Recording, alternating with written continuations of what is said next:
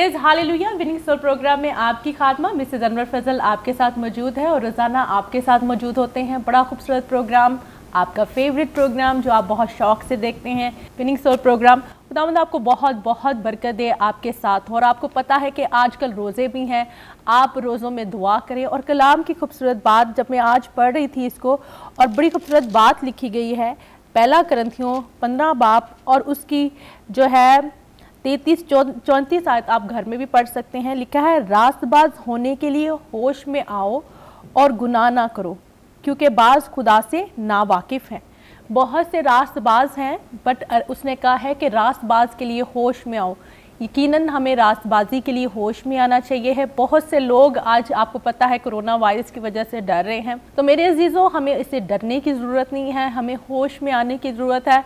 जब हम खुदा के डर और खौफ में रहते हैं, खुदा का डर सबसे पहले होना चाहिए, ना कि ये वायरस का, क्योंकि जिसने क्रिएट किया है, जिसने आपको बनाया है, हमें कोई भी वायरस छूने ना पाएगा, बल्कि हमारा तवक्कल, हमारा भरोसा, हमारा ईमान हमारे खुदावंद पर है।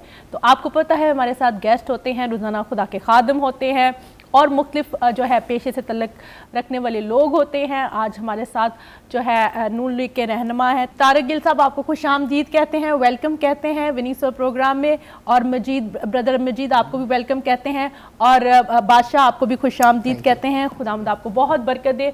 और इस तरह से बशारत भाई आपको भी खुश आमदीद कहते हैं, वेलकम कहते हैं। राजा मुगल साहब आपको भी खुश आमदीद कहते हैं, वेलकम कहते हैं। अनिल साहब आपको भी खुश आमदीद कहते हैं और वेलकम कहते हैं।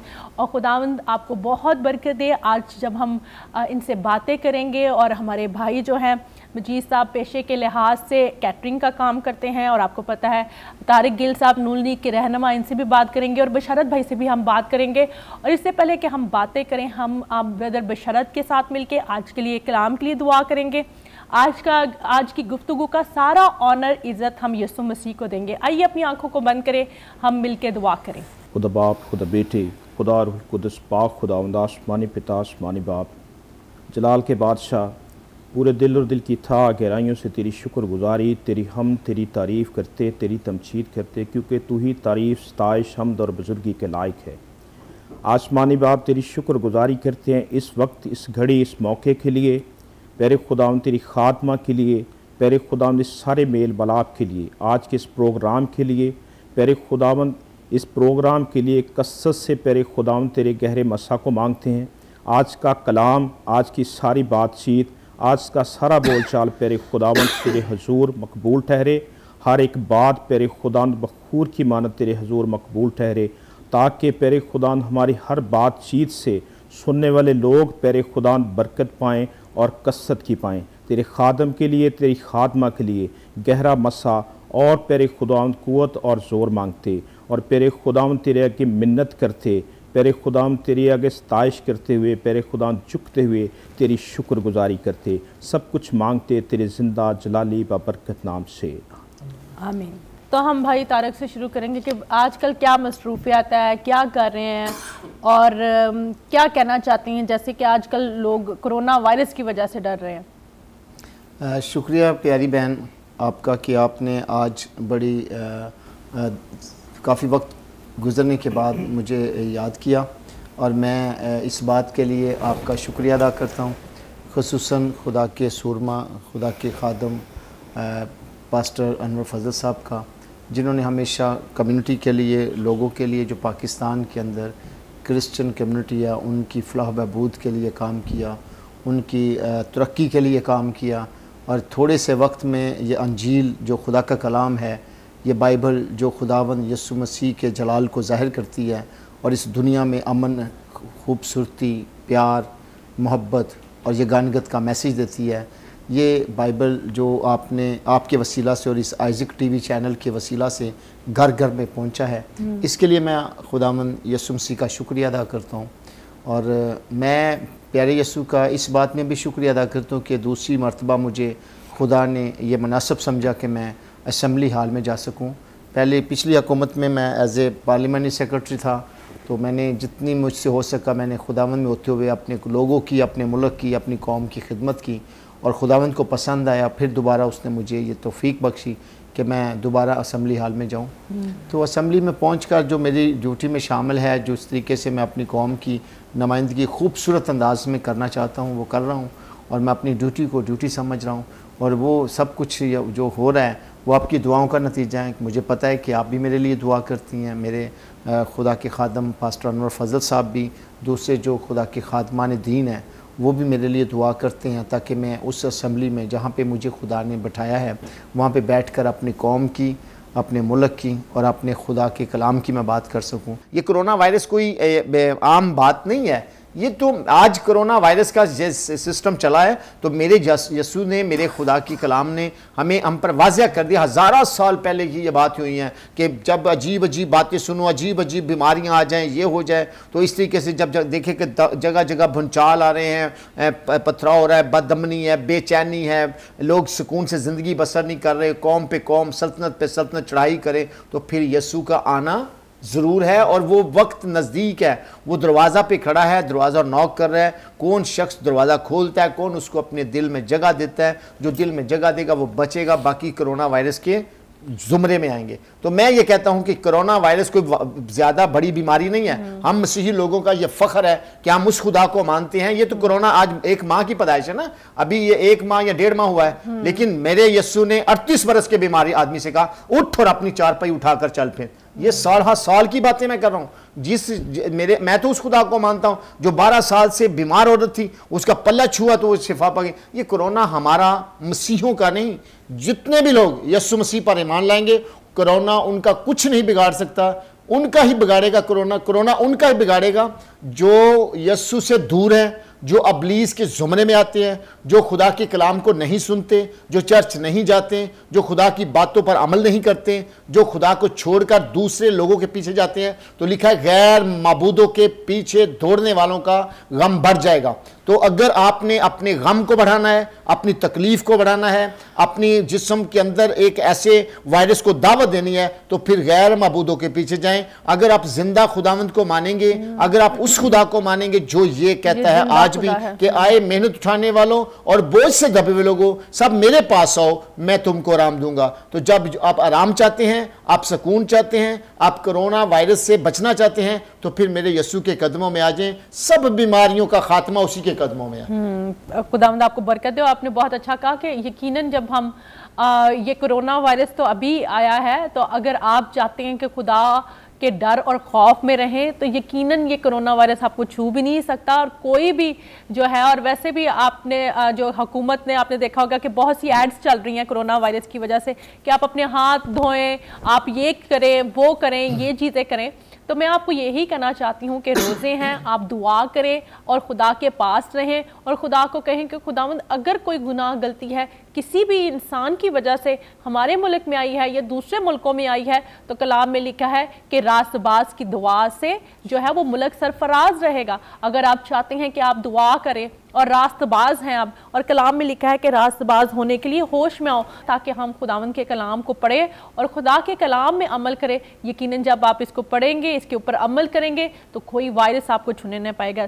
तो मैं छोटी सी बात बाजी और करना चाहता हूँ कि मैं अपने खुदावंद के बाद, अपने यस्सु बाप के बाद, प्यारे प्रभु यस्सु के बाद अपने खुदा के खादम पास्टर अनवर फजल साहब का शुक्रिया अदा करता हूँ, जिन्होंने बड़ी मेहनत करके और योहानाबाद के, साना योहानाबाद के तल्लुक़ से जो लोग कैदी थे, उन सब लोगों की आज़ादी के लिए, रहाई के लिए जो काम किया है, ये एक मिसाल है। तो मैं ये कहता हूँ कि खुदा ऐसे खादम को अपने जलाल के लिए और ज़्यादा इस्तेमाल करें और कसरत से इस्तेमाल करें। अभी इस मुल्क में, पाकिस्तान के अंदर पास्टर अनवर फजल जैसे शख्स की बहुत ज़रूरत है। गरीब लोगों में भी, मुसीबत ज़दा लोगों में भी, परेशान कुन लोगों में भी, तलबा के अंदर भी, कैदियों के अंदर भी। तो मैं कहता हूँ कि खुदावंद यस्सु नासरी अपने बंदा को पूरी ताकत के साथ, रुल कुस की बरकत के साथ, जलाली खुदावंद अपने जलाल के अंदर रहते हुए अपने बंदा के ऊपर इतनी बरकत दे कि वो और ज़्यादा जितने भी मुसीबत में लोग हैं उनकी आज़ादी के लिए एक ज़रिया बने, एक वसीला बने और एक ब्रिज की हैसियत से खुदावंद यीशु मसीह के कदमों में लाने का वसीला बने। मेरी दुआएं भी हैं और मैं अपने इन साथियों को भी कहूँगा जो मेरी आवाज़ को सुन रहे हैं वो भी अपनी दुआओं में आले जनाब पास्टर अनवर फजल साहब के लिए दुआ किया करें कि खुदा उनको सेहत, तंदुरुस्ती, अक्ल, हिकमत और दनाई से रोशनास करे। जिस शख्स को आप जैसी प्यारी बहन की शक्ल में एक खूबसूरत साथी से नवाजा गया है, ये कपल हमेशा हमेशा सुरखरू रहे, खुदावंद में आगे बढ़ता रहे और बहुत सी रूहों को बचाने का वसीला बने। Thank you very much Tarak भाई। बहुत यकीनन ये बहुत बड़ा काम था जो खुदा के खादम ने किया और यकीनन खुदा के खादम के लिए रेगुलर दुआ किया करें, मेरे लिए, मेरी पूरी फैमिली के लिए। यकीनन जैसे ब्रदर ने कहा कि गरीब लोगों के लिए, सारी चीज़ों के लिए, जैसे कैदियों को रहा के लिए, तो ये खुदावंद ने अपने लोगों को चुना होता है। बहुत से लोग हैं, बहुत से और भी काम कर रहे हैं, बट खुदा ने हमें चुना ताकि कलाम में लिखा है कि मैं इसलिए आया कि कैदियों को रिहा करूँ। तो जो भी आपके पास तोड़ा है खिदमत का, आप ज़रूर कर सकते हैं। हमारे साथ ब्रदर बशारत बैठे हैं, आपको वेलकम कहते हैं, आपको खुश आमदीद कहते हैं। आप पेशे के लिहाज से जो है बड़ा अच्छा काम करते हैं, तो अपने बारे में बताएं, अपनी खिदमत के बारे में बताएं। और बहुत से लोग परेशान हैं कि देखें कोरोना की वजह से बिजनेस लॉस में जा रहा है, तो हमारा तवक्कल, हमारा भरोसा तो खुदावंद यीशु मसीह है। बाजी बहुत शुक्रगुजार हूँ मैं खुदावंद का, उसके बाद आपका पाज साहब का कि आपने एक बार फिर मौका दिया कि आपके साथ बैठ कर यहाँ पर बातचीत करूँ। बाजी जहाँ तक कोरोना वायरस की बात है तो कलाम में लिखा है कि कोई भी बात तेरे खैमा के नज़दीक नहीं आएगी, तो घबराने की ज़रूरत नहीं है। हमें न डर होना है, घरों में बैठकर खाकसार बनना है, खाकसार बन के रोज़े में ठहर के, ताकि ये वबा जो हमारे पाकिस्तान में आई है ये हमारे दुआ रोज़े के ज़रिए से जाती रहे। दूसरी बात ये है कि कारोबार मुतासर हो रहे हैं, लेकिन घबराने की बात नहीं है, क्योंकि हमारा खुदा जिंदा खुदा है। क्योंकि कारोबार सेहत के लिहाज से, अगर आपकी सेहत है, आप सलामत हैं, तो कारोबार भी आपके चलते हैं। इसलिए आपको जो एहतियाती तदाबीर भी बता रहे हैं, बार बार इश्तिहारात चल रहे हैं, उन पर भी अमल करना है, मुहतात भी रहना है। और आपने इस वबा के लिए अपने घरों में ख़ानदानी तौर पर, कलीसियाई तौर पर, अपने चर्च में बैठ कर कलीसिया के साथ मिलकर आपने यक दिल यक जान होकर दुआ करनी है कि ये वबा जो हमारे मुल्क में, पूरी दुनिया इसकी लपेट में है। ईरान को देख लें, अफ़गानिस्तान है, सबसे पहले चाइना। तो आपको इस वबा के घबराना नहीं है, बल्कि खुदा में खड़े होना है, क्योंकि उसका खून आपके लिए, मेरे लिए, सबके लिए बहा है, ताकि हम उसके मार खाने से शिफा पाएँ। तो आप अपने घर में ख़ानदानी तौर पर दुआ रोज़े में ठहरें, घबराएं नहीं, क्योंकि दलेर बनेंगे, इब्लीस का मुकाबला करेंगे तो हमारे दरमियान से भाग जाएगा। खुदावंद आपको बरकत दे। बहुत से लोग कारोबार की वजह से भी परेशान हैं कि कारोबार बंद हो जाएंगे तो हमारा क्या बनेगा, और बहुत से लोग परेशान हैं इसकी वजह से भी कि मीज़ के बहुत से लोगों के कारोबार बंद हो चुके हैं। तो आप ये परेशान ना हो कि खुदावंद कैसे मुहैया करेगा। खुदावंद सबको मुहैया कर सकता है, खुदावंद आपको भी मुहैया करेगा। आपका भरोसा, आपका ईमान, आपका तवक्कल खुदा पे होना चाहिए। तो ब्रदर मजीद अपने बारे में बताएं, आप भी कारोबार करते हैं, कैटरिंग का कारोबार करते हैं, कैसा चल रहा है कारोबार, क्या कहना चाहेंगे लोगों को? शुक्रिया बाजी, आपने हमें बुलाया। बाजी हमारा तो कारोबार बिल्कुल ख़त्म हो गया। तो हमारा कैटरिंग का काम है, गवर्नमेंट पे पाबंदी लगा दी है, शादियों पे, खुशियों पे, गमी पे, जो टोटल मुकम्मल है। और हम तो दुआ कर रहे हैं। और मैं बाजी रोज़े जो ना 40 रखता हूँ, और मैंने ये रोज़े रख रहा, अपनी फैमिली में बैठ के दुआ करते हैं। दुआ करके खुदावंदा ये जो आफत है, ये जो मुसीबत है, ये कोरोना की, ये ख़त्म की हो जाए। और खुदावंदा तू ही ख़त्म करने वाला है, और कोई भी नहीं इंसान कर सकता। हम तो खुदा के आगे फरियाद कर रहे हैं, खुदावंदा ये जो भी मुश्किल है ये सारी दूर हो जाए। आप दुआ करें कि ये और कारोबार बिल्कुल बंद हो चुका है। बिल्कुल बंद हो गया। तो क्या जो दूसरे लोग ये कारोबार कर रहे हैं उनका भी बंद हो चुका है? सबका बंद हो गया। मैं कहता हूँ कि अगर हम कह रहा था कि मेरा कोई केले का नहीं, सबका हुआ है। जितने भी कैटरिंग वाले, शादी हाल है, सब बंद हो गए हैं। को जो हमारा लेबर थी, मजदूर थी, वो बड़े परेशान है, बहुत परेशान, कि वो पिंडों से आए थे वे लोग, कि वो उनकी रोज की वही दिहाड़ी होती थी, वो जो लगाते थे वो खाते थे, अपने बच्चों को भेजते थे, वो भी सब परेशान हो गए हैं ये कोरोना वायरस की वजह से। कोरोना वायरस की वजह से। तो आप क्या कहना चाहते हैं बादशाह, आपका बेटा ये खिदमत करता है आपके साथ, आप क्या कहना चाहते हैं? आप यूथ हैं, काम कर रहे हैं, लोगों को क्या मैसेज देना चाहते हैं आप? मेरा तो एक यही, सबसे पहले हम खुदा यीशु मसीह का शुक्रगुजार हैं कि जिन्होंने आज का हमें ये दिन दिखाया, और दूसरे नंबर पे आपका सिस्टर जी जिन्होंने हमें आज विनिंग सोल के प्रोग्राम में वेलकम किया, आपका हम शुक्रगुजार हैं।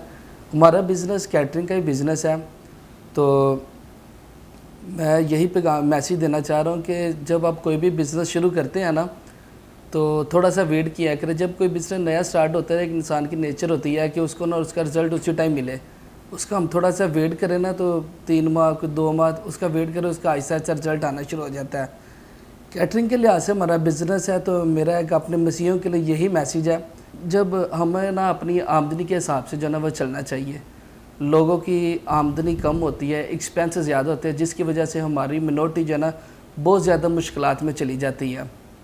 मैसेज यही है कि जितनी आपकी आमदनी हो ना, आपके एक्सपेंस भी उतने हो। तो यही मसीहों के लिए मैसेज है कि आप अपने आमदनी के लिहाज से चलेंगे तो परेशानियों से भी दूर रहेंगे। और दूसरे नंबर पे ये जो कोरोना वायरस है, ये खुदावंद की तरफ से एक मैसेज है कि जो खुदावंद से लोग दूर हो चुके हमें ना, खुदावंद उनको कह रहा है कि आप नज़दीक आओ। ये बीमारियाँ ये खुदावंद की तरफ से हैं, ये इंसान को मुश्किलात में डालने के लिए नहीं है। और ना खुदावंद यीशु मसीह ने जो वादा किया वो इंसान अपने बंदों को भूखा सोने नहीं देता, वो खुदावंद कोई ना कोई उसके लिए वसीला बना देता है। तो उसके लिए शुक्रिया। Thank you. खुदावंद आपको बरकत दे। और आपने बड़ा अच्छा कहा, उसने कहा कि जो है खुदावंद सब कुछ जानता है और आपको भूखे सोने नहीं देता। यकीनन वो सब कुछ आपकी प्रॉब्लम्स को भी जानता है, आपकी तकलीफ़ों को भी जानता है। और कलाम में लिखा है रास्तबाज होने के लिए होश में आओ। यकीनन रास्तबाज वही है जो अपने जो हम काम करते हैं रास्तबाजी के, हम अपने फलों से पहचाने जाते हैं, हम अपने करैक्टर से पहचाने जाते हैं, हम अपनी चीज़ों से पहचाने जाते हैं कि हम कितने लोगों के लिए खिदमत गुजार हैं। क्योंकि खुदावंद यीशु मसीह जो हमारे लिए आया, उसने एक कम हमारे लिए 40 कोड़े खाए ताकि हम हमेशा की ज़िंदगी के वारिस हो सके। किसी ने हमारे लिए कोड़े नहीं खाए, किसी ने हमारे लिए जो है कांटों का ताज नहीं पहना, बल्कि उसी ने पहना। और यकीनन वो हमारे लिए आया ताकि हम हमेशा की ज़िंदगी के वारिस हो सके। अगर आप चाहते हैं कि आप भी जो है रास्तबाज हों, तो यकीनन अपनी आंखों को, अपने दिल को, अपने दरवाज़ों को खोलें और यीशु को वेलकम करें। और खुदावंद आपके साथ है और आपको बहुत बरकत दे। हम ब्रेक लेते हैं और ब्रेक के बाद मिलते हैं। God bless you all.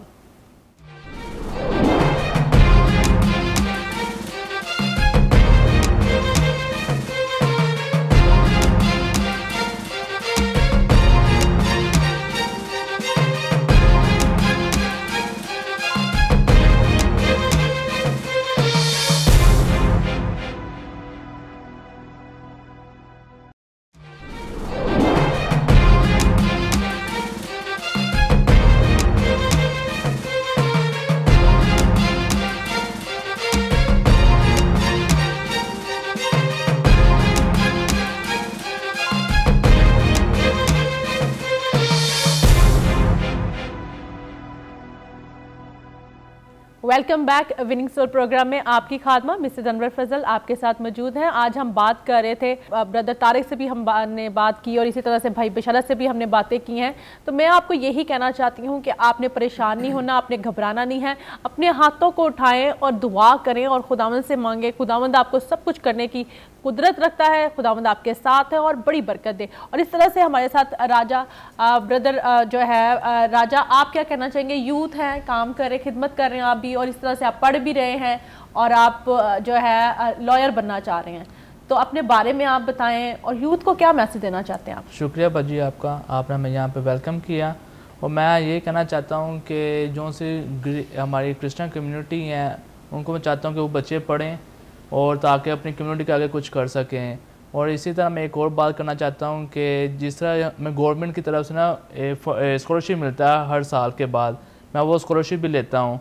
आप स्कॉलरशिप लेते हैं? जी, अपने स्कॉलरशिप पे पढ़े आप? मैं स्कॉलरशिप पे भी पढ़ा हूँ। कितने साल से स्कॉलरशिप में पढ़े? मुझे 4-5 साल हो गए मैं स्कॉलरशिप ले रहा हूँ। फीस नहीं कभी दी? फीस भी देता हूँ, पर स्कॉलरशिप में थोड़ा सा फीस पहले देनी पड़ती है, स्कॉलरशिप बाद में मिलता है। जब वो एडमिशन ले लेते हैं फिर स्कॉलरशिप मिलता है, उसके बाद प्रोसीजर होता है तो फिर स्कॉलरशिप मिलता है हमें। गवर्नमेंट ह्यूमन राइट डिपार्टमेंट की तरफ से स्कॉलरशिप मिलता है हर साल बाद। मैं वहाँ स्कॉलरशिप भी अवेल करता हूँ, वो नंबर्स बेस पे होता है, वहाँ स्कॉलरशिप मिलता है हमें। अच्छा। मैं अपने क्रिश्चियन कम्युनिटी जितने बच्चे हैं जो नहीं पढ़ सकते वो गवर्नमेंट की तरफ से स्कॉलरशिप ले सकते हैं। और एक गवर्नमेंट का एक अदारा हो रहा है पीफ, वहाँ से भी स्कॉलरशिप मिलता है। और मैं कुछ बच्चों को नहीं पता होता कि स्कॉलरशिप कहाँ कैसे मिलता है, किस तरह नहीं मिल देता।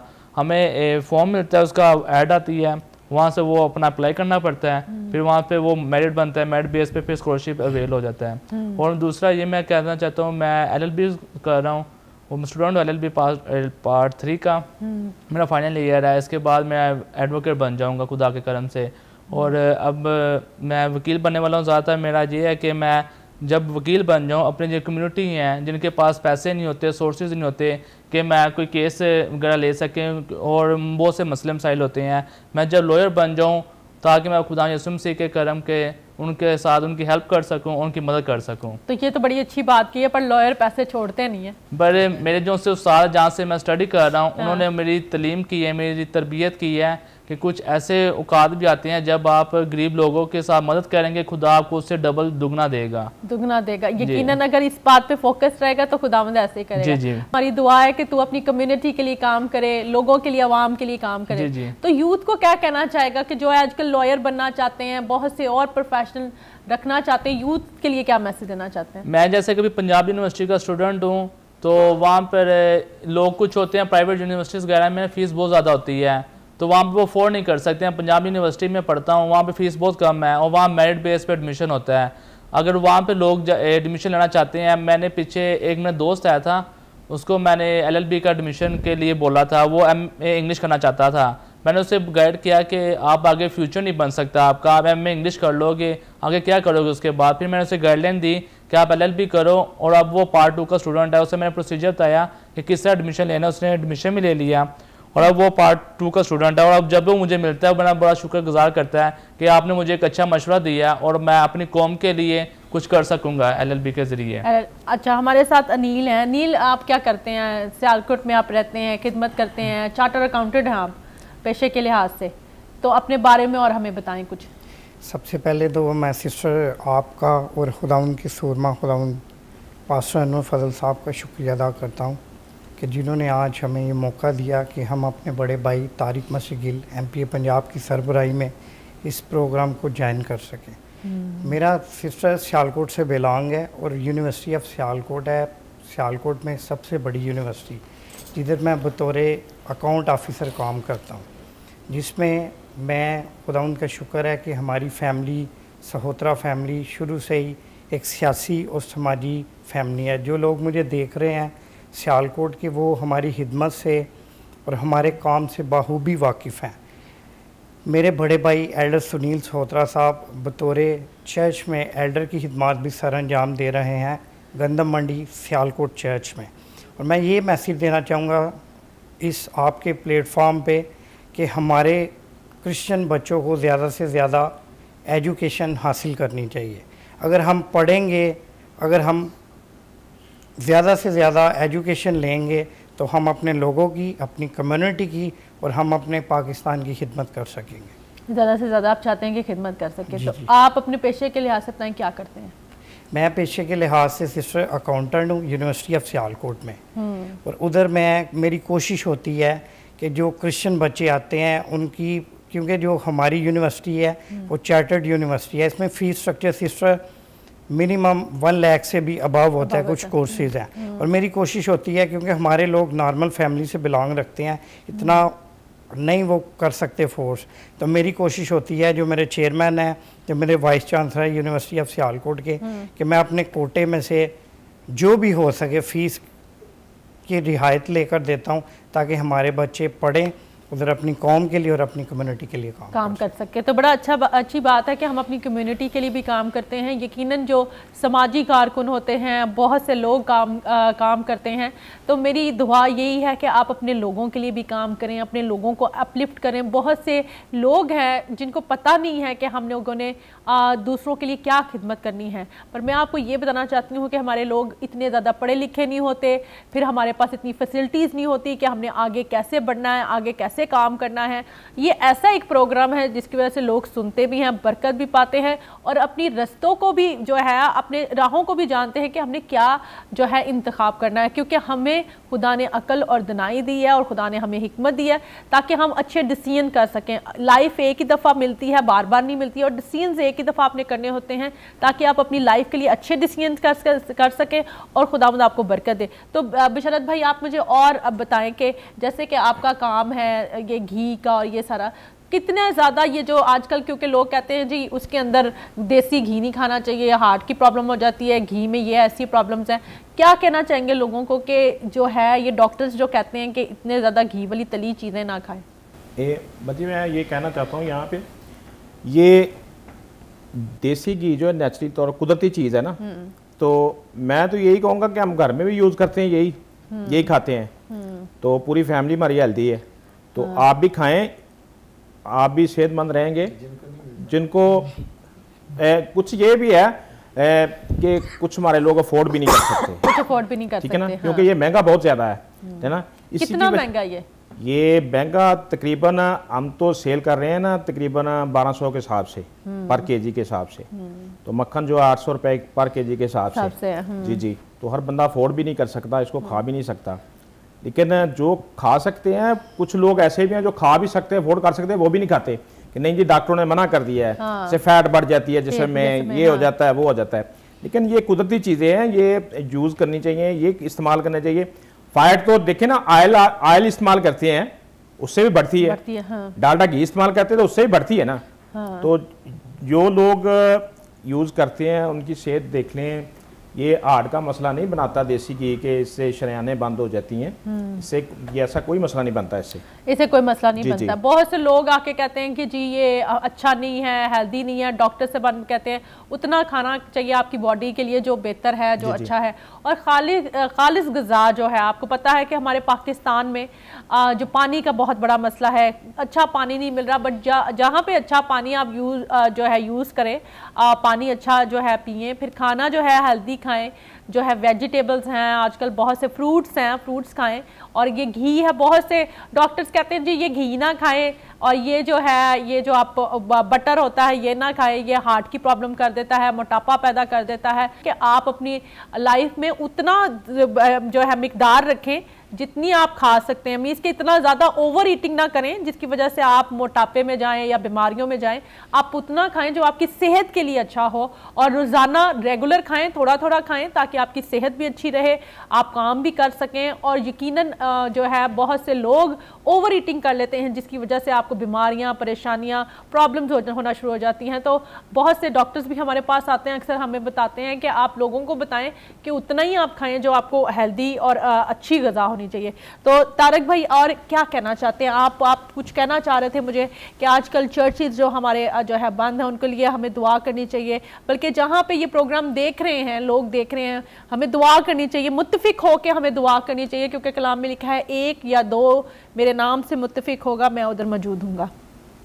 बाजी बात यह है कि हुकूमत वक्त ने जो ये पाबंदी लगाई है कि चर्चेज़ को लॉक कर दिया जाए, ताले लगा दिए जाएँ, चर्चेज़ में कोई शख्स ना जाए, अपने घरों में बैठकर इबादत करें, तो मैं ये कहूँगा ये चर्च बना एक खैमा इज्तिमा होता है, ये मुक़द्दस जगह होती है जहाँ पे हम जाके तो खुदा से रब्ता करते हैं, हम ज़िंदा खुदा की परस्तिश करने वाले लोग हैं, हम खुदावंद को वहाँ पे देखते हैं, तो खुदा हमारे साथ रूबरू बातें करते हैं। तो मैं ये कहता हूँ कि ये चर्चेज़ को ताला लगाने की बजाय लोगों को ये तंबीह करें कि आप इतने वक्त से लेके इतने वक्त तक अपने चर्च में बैठकर खाक और राख में बैठकर खुदा के हज़ूर रोज़ा में रहकर दुआ करें। तो जब हम रोज़ा के साथ खुदा के हज़ूर झुकेंगे, उसकी प्रार्थना करेंगे, उसकी वर्शिप करेंगे, उसकी सिताइश करेंगे और खुदावंद से ये अपील करेंगे कि जैसे आपने 38 बरस के बीमार आदमी को तंदुरुस्त किया, जैसे आपने 12 बरस की औरत को आपने तंदुरुस्त किया, जैसे आपने लाजर को ज़िंदा किया, जैसे आपने कोड़ियों को शिफा बख्शी है, आए खुदावंद ये कोरोना वायरस जो दुनिया के लिए खौफ की अलामत है,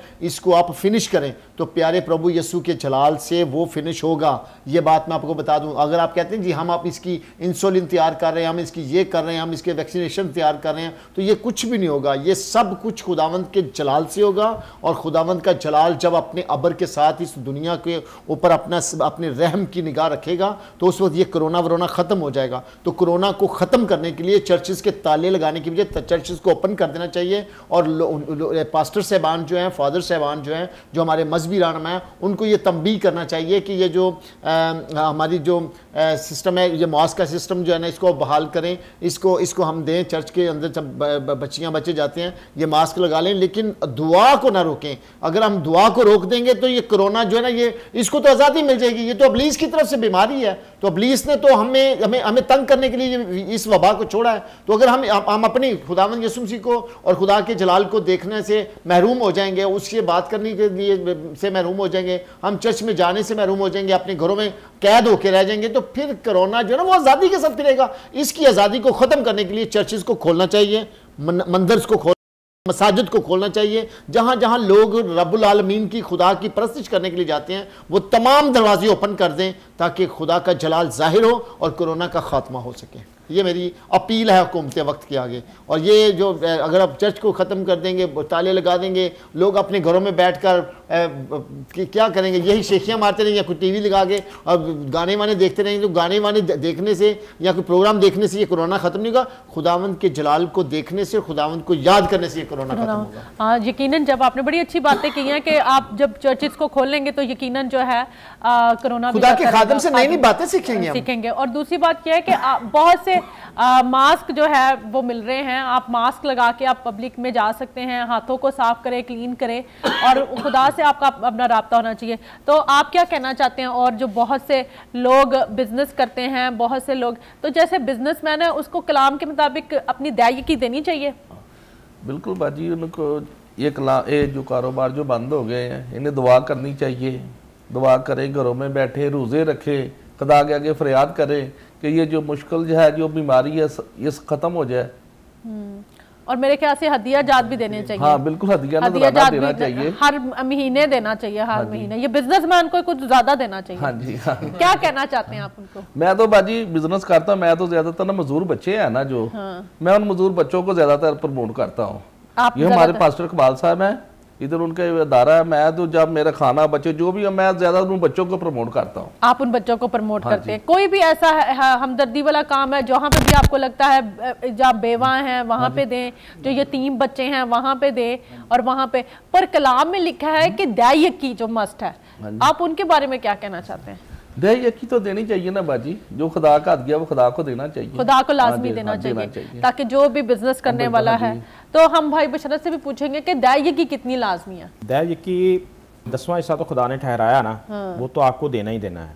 तो मैं इस हवाले से कहूँगा कि अगर आपको एक 100 रुपये आपके पास नहीं है, अगर आपको खुदा मुहैया करता है तो आप अगर उसमें से 10 खुदा को दे रहे हैं, लौटा रहे हैं, तो आपके पास 90 तो बच रहे हैं ना। इस लिहाज से मैं यही कहूँगा कि दायगी जो है वो मस्ट है। अगर आपने बरकत लेनी है, अगर आपने बरकत लेनी है तो सबसे पहले दायगी आपको लाजमी देनी है। जहाँ आपने ठहराई है ना कि फलां चर्च के साथ आप मुंसलिक हैं, आप वहाँ पर दें ये दायगी। ये दायगी देने से खुदा का बंद आसमान आपके लिए खुलता है, बरकतें आपके लिए आसमान से आती हैं। मशरक़ मगरब शुमाल जनूब से आपके लिए बरकतें नहीं आती, ये खुदा की तरफ से आती हैं। वो खुदा आपको प्रोवाइड करता है, खुदा आपके लिए हर चीज़ मुहैया करता है, आपको अच्छा लिबास, अच्छी खुराक, हर चीज़ वो खुदा मुहैया करता है।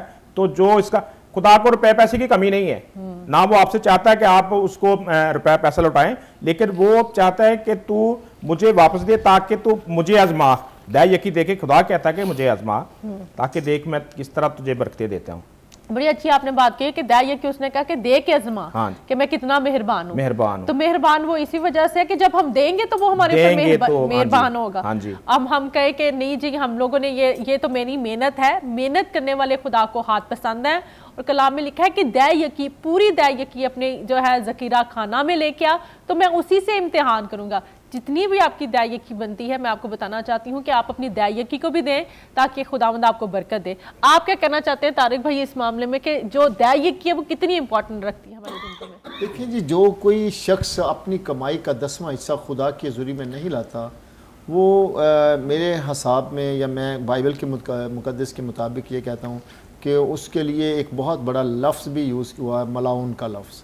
तो मैं ये कहूँगा कि दायगी जो है ना, वो हमारी कम्युनिटी आज पाकिस्तान के अंदर पीछे क्यों है, इसलिए कि हम दायगी पूरे तौर पर खुदा के हजूर नहीं लाते, अपने लावी को, अपने खुदा के खादम को जिस चर्च से आप रिलेटेड हैं वहाँ पे नहीं लेके जाते तो हमें खुदा भी उतनी उस लिहाज से बरकत नहीं देते। तो बरकत लेने के लिए, अपने कारोबार में इजाफ़ा करने के लिए, अपने बच्चों की सलामती के लिए, अपने बच्चों के अंदर से बीमारियों को, परेशानियों को, दुखों को, तकलीफ़ों को दूर करने के लिए दैयकी जब हम खुदा के हजूर, खुदा के खादम के पास लाते हैं तो वो हमारे लिए बरकत का सबब बनती है। और वो खुदा का खादम जब हमारे लिए बरकत चाहता है तो वो बरकत पर बरकत जब हमें मिलती है तो फिर हमारे घरों से बीमारियां दूर होती हैं। इसलिए मैं कहता हूं कि जो शख्स, अगर कोई शख्स 20,000 कमा रहा है तो 2,000 अपने चर्च में लेके जाए और खुदा के हजूर दे दे। कुछ लोगों का क्वेश्चन होता है, जी खुदा के खादम जो है ना वो करते क्या हैं? बाबा वो जो कुछ मर्जी करें, वो भी खुदा का हिस्सा जो है ना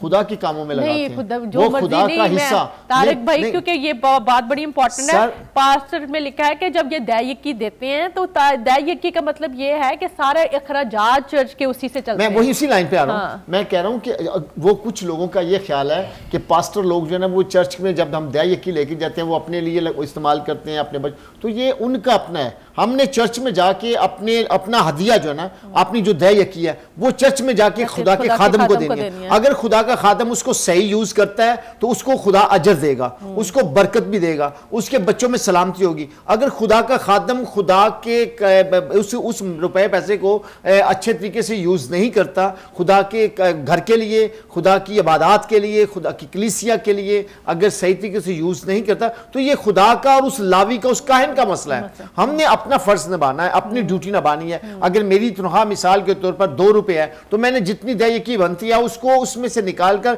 खुदा के खादम के हाथ में देकर अपने लिए बरकत लेके चले जाना है। आगे खुदा का खादम जो है ना वो उस दैयकी को आप खुदा के जलाल के लिए इस्तेमाल करता है कि ये उसका फेल है ना। मैं तो नहीं कह सकता कि भी वो क्या करेंगे, ये खुदा का खादम है, उसको पता है कि मैंने क्या करना है। जो हमें ड्यूटी सौंपी गई है कि वो हम नहीं करना, वो हमने कर दिया। हमारा फर्ज है कि हम अपना काम करें। आगे पास्टर साहब का फर्ज है, खुदा के काहिन का फर्ज है, लावी का फर्ज है, वो खुद पूरा करें। हम उसके कामों में इंटरफेरेंस नहीं कर सकते। और ना हमें मजाल है, ना हमें अथॉरिटी दी गई है, ना हमें ये कहा गया कि आप उससे पूछगिछ करें। हमें पूछगिछ करने का अख्तियार नहीं है। हमें तो ये है कि दैयकी अपने चर्च में लाओ, अपने इबादतगाह में लाओ और खुदा के बंदा के हजूर उसको दैयकी को देके उसके हैंडओवर कर दो। आगे उसका मर्जी है वो क्या करता है। और बड़ी अच्छी बात है कि दैयकी का हुक्म आपके लिए है ना, तो दैयकी आपने देनी है।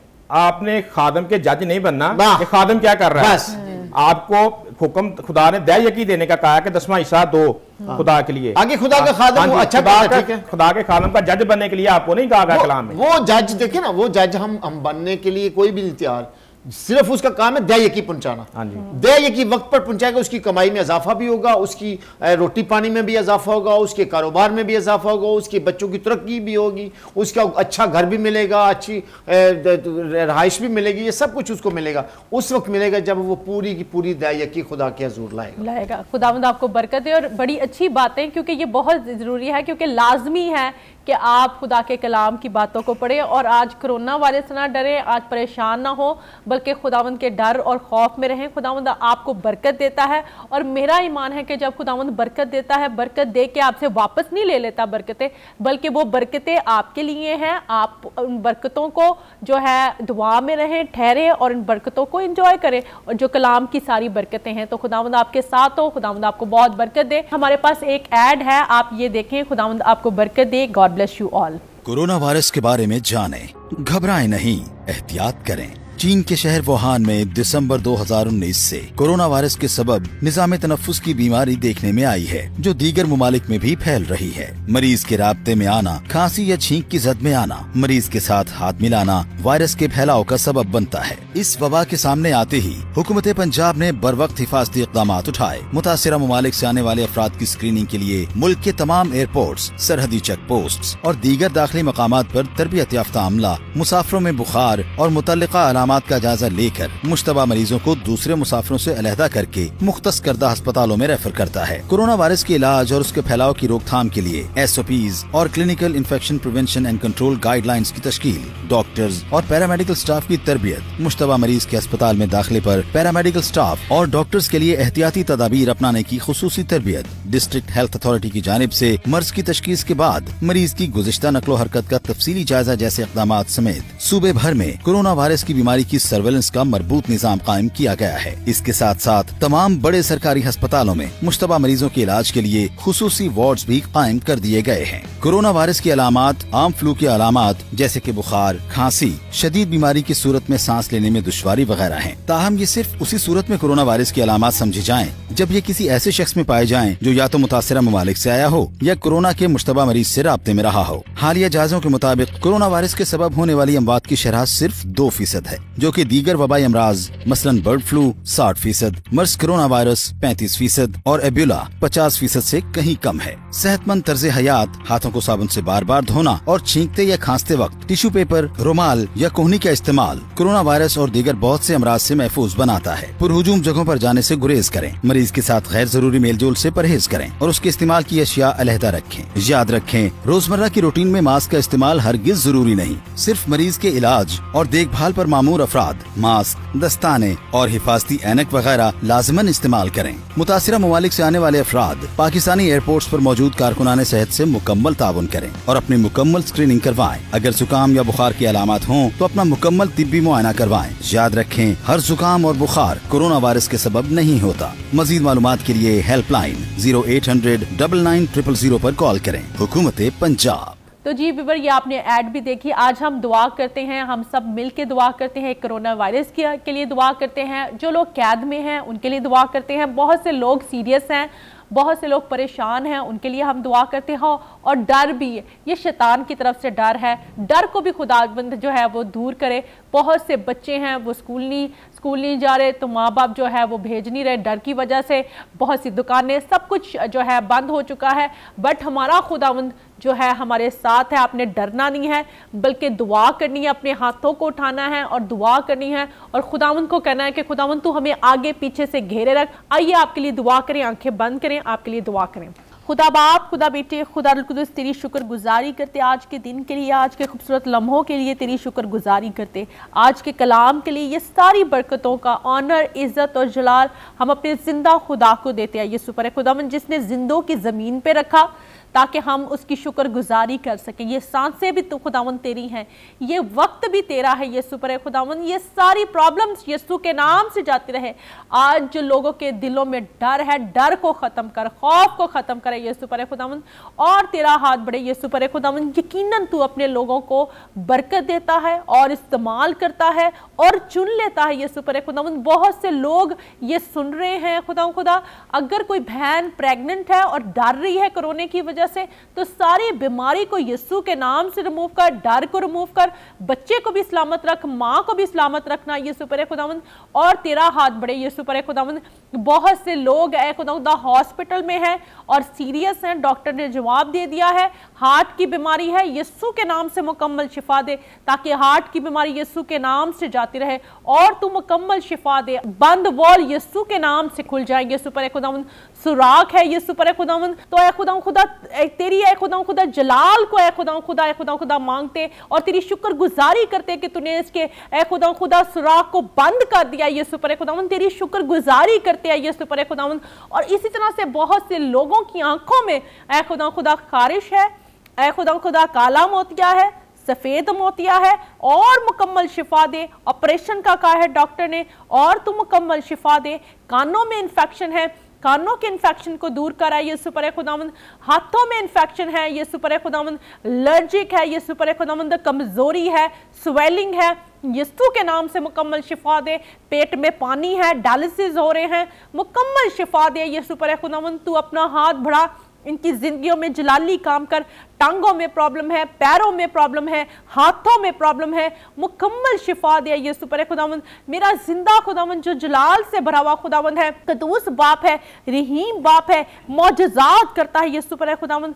तू आना और इनकी जिंदगियों में जलाली और मौजज़े वाला काम करे यीशु पर खुदावंद। डॉक्टर ने लाइलाज करार दे दिया है, कैंसर हो चुका है यीशु पर खुदावंद, कीमो लगती है यीशु पर खुदावंद, और अब डर लगता है यीशु पर खुदावंद, और ए खुदा बीमारी बढ़ रही है, यीशु के नाम से सारी बीमारी को रिमूव कर और मुकम्मल शिफा दे यीशु पर खुदावंद। तेरी बहन जो परेशान है यीशु पर खुदावंद, ए खुदा उसके पास बेबी नहीं है, बेटे जैसी बरकत दे, बेटियों जैसी बरकत दे यीशु पर खुदावंद। ए खुदा अभी इसी वक्त तेरा हाथ बढ़े, वो बहन जो ए खुदा प्रेग्नेंट है, उस बेबी की ग्रोथ नहीं हो रही, यीशु के नाम से ग्रोथ हो, हड्डी नहीं बन रही, हड्डी बने यीशु पर खुदावंद। दिमाग में पानी पड़ गया उस बच्चे में, ए खुदा उसको भी मैं तेरे हैंड ओवर करती, मुकम्मल शिफा दे यीशु पर खुदावंद, ताकि मौजज़ात को ए खुदा देखें यीशु पर खुदावंद। तूने कहा है तुम मुझसे भी बड़े बड़े काम करोगे। यकीनन जितने लोग सुन रहे हैं, मुश्किल में है, दुख में है, डर में है, तकलीफों में है, मुसीबतों में है, यीशु के नाम से सारी प्रॉब्लम को रिमूव करना यीशु पर खुदावंद। हम मिलके उनके लिए दुआ करते हैं यीशु पर खुदावंद, जो कैद में है यीशु पर खुदावंद और बेगुनाह है, उनको रिहा करे यीशु पर खुदावंद, ताकि सारी ए खुदा प्रॉब्लम यीशु के नाम से जाती रहे। वो जो ए खुदा बहन जो परेशान है, जिसने घर लिया यीशु पर खुदावंद और अब पैसे नहीं है खुदा, उसको मुहैया करे यीशु पर खुदावंद। बहुत से लोगों ने बाहर जाना है यीशु पर खुदावंद, वीजे मुहैया कर, मल्टीपल वीजे दे यीशु पर खुदावंद। बहुत सी परेशानियां हैं, प्रॉब्लम्स हैं, दुख है, तकलीफ है, मुसीबतें हैं, यीशु के नाम से रिमूव कर। मुल्क पाकिस्तान को मैं तेरे हैंड ओवर करती, लोगों को यीशु पर खुदावंद, अपने बहन भाइयों को तू अपनी पनाह में रख, अपनी हिफाजत में रख यीशु पर खुदावंद, ताकि डर और खौफ यीशु के नाम से जाता रहे। इनकी जिंदगियों में काम कर, इनकी जिंदगियों में जलाली काम कर और मौजज़ात कर। जो लोग सुन रहे हैं आईजी टीवी को है खुदा देखते हैं, मेरे पार्टनर्स हैं खुदा, उनको मैं तेरे हैंड ओवर करती, कभी किसी चीज की कमी ना हो यीशु पर खुदावंद। सबको मैं तेरे हैंड ओवर करती, जितने पास्टर हैं उनको तेरे हैंड ओवर कर देती, जितनी कलीसिया है, मेरी जितनी भी कलीसिया है खुदावंद सुन रही है, उनको मैं तेरे हैंड ओवर कर देती। बच्चे हैं खुदा उनको मैं तेरे हैंड ओवर करती, ताकि तेरा हाथ बढ़े यीशु पर खुदावंद। वो बच्चे जो रात को सोते नहीं है, डरते हैं, डर की स्पिरिट को खत्म कर ए खुदा, प्रॉब्लम्स को खत्म कर, मुश्किलात को, दुखों को, तकलीफों को खत्म कर। और ए खुदा तू अपना हाथ बढ़ाना, मुल्क पाकिस्तान को मैं तेरे हैंड ओवर करती, प्राइम मिनिस्टर को, प्रेसिडेंट को यीशु पर खुदावंद, अपने अदारों को ए खुदा, एजेंसियों को, सबको मैं तेरे हैंड ओवर करती। ए खुदा पूरी दुनिया में डर को निकाल और ये वायरस को निकाला यीशु पर खुदावंद। हम सब मुत्तफिक होकर यीशु पर खुदावंद तेरे से मांगते हैं, और तू बहाली का खुदा है, तू अपना हाथ बढ़ाना और उनकी जिंदगियों में जलाली काम करना, मसीह के नाम से आमीन। Praise hallelujah. मेरा ईमान है कि हमने दुआ की है, खुदावंद जिंदा खुदावंद है, जलाली परा खुदावंद है, अपना हाथ बढ़ा के हमारे साथ है और हमें बरकत देता है, हमें तरक्की देता है। तो thank you very much Tarak भाई, आपका थैंक यू वेरी मच, आपका भी बादशाह खुदावंद आपको बहुत बरकत दे। बिशारत भाई आपको भी खुदावंद बहुत बरकत दे, खुदावंद आपको भी बहुत बरकत दे, और इस तरह से अनिल खुदावंद आपको भी बरकत दे, और खुदावंद आपके साथ भी हो तो, और खुदावंद आपको बहुत बहुत बरकत दे। और God bless you all, God bless you Pakistan, Pakistan जिंदाबाद।